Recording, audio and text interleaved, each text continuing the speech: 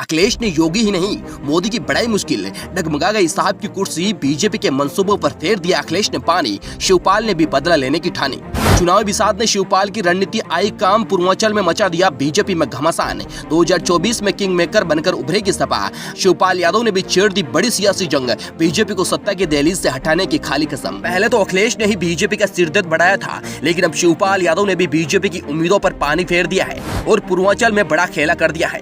योगी के गढ़ में शिवपाल यादव ने बड़ी सेंध लगाते हुए मोदी के लोकसभा क्षेत्र वाराणसी में भाजपाइयों की वाट लगा दी है, लेकिन जैसे ही इसकी खबर दिल्ली तक पहुंची, सियासी भूचाल आ गया। अमित शाह के सामने भी बड़ा संकट गहरा गया।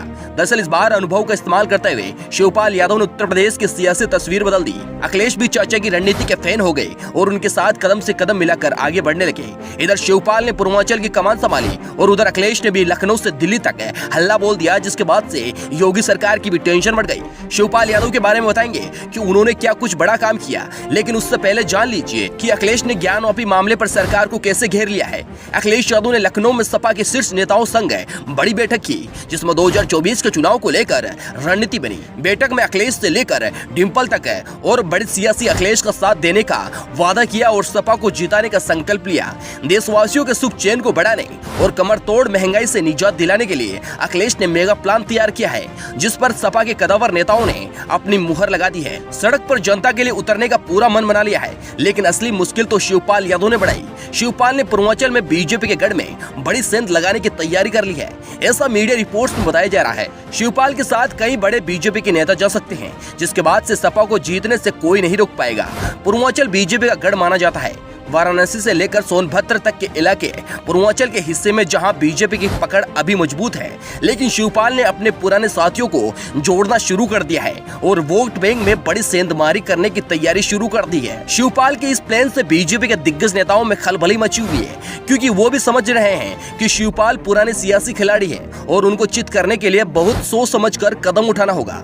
हाल ही में शिवपाल यादव ने पूर्वांचल दौरे को लेकर बड़ा बयान दिया। उन्होंने साफ लफ्जों में ये बता दिया है कि 2024 के लोकसभा चुनाव में समाजवादियों और सपा कार्यकर्ताओं को संगठित कर हम मजबूती से चुनाव लड़ेंगे और उत्तर प्रदेश में बीजेपी को हराएंगे। रही बात विपक्ष के गठबंधन इंडिया की, तो वो बहुत मजबूत है। शिवपाल ने कहा था कि विपक्षी एकता के नाम से पूरे देश में, साथ ही भारतीय जनता पार्टी घबराई हुई है। आजमगढ़ पहुंचे शिवपाल ने यह भी क्लियर कर दिया है कि 2024 में बीजेपी को सत्ता की दहलीज तक नहीं पहुंचने देना है।